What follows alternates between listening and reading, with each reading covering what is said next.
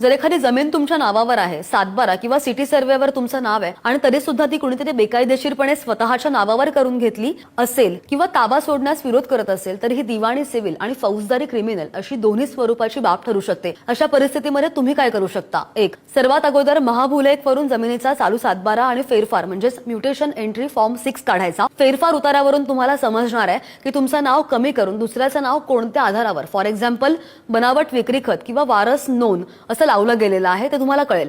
जर फेरफार नोंद चुकीच्या पद्धतीने झालेली असेल तर तुम्ही त्या भागाच्या तहसीलदार किंवा उपविभागीय अधिकारी यांच्याकडे त्या नोंदीविरुद्ध अपील दाखल करू शकता।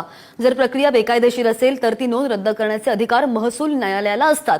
3, जमीन नावावर असूनही ताबा मिळत नसेल तर तुम्हाला दिवाणी न्यायालयामध्ये मालकी हक्क जाहीर करणं आणि ताब्याची मागणी म्हणजे पोझेशनसाठी दावा दाखल करावा लागतो। जर समोरच्या व्यक्तीने बनावट कागदपत्र बनवलेली असतील तर ते कागदपत्र रद्द करण्यासाठी सुद्धा तुम्ही मागणी करू शकता। 4, जर संबंधित व्यक्तीने फसवणूक करून बनावट सह्या करून जमीन हडपली असेल तर तुम्ही जवळच्या पोलीस स्टेशनमध्ये फसवणूक 420 आणि बनावटगिरी बाबत तक्रार नोंदवू शकता। अशा प्रकरणांमध्ये कागदपत्रांची गुंतागुंत अधिक असते, जास्त असते, त्यामुळे एखाद्या अनुभवी दिवाणी वकिलाचा म्हणजे सिव्हिल लॉयरचा सल्ला घेणं कधीही हिताचं ठरतं।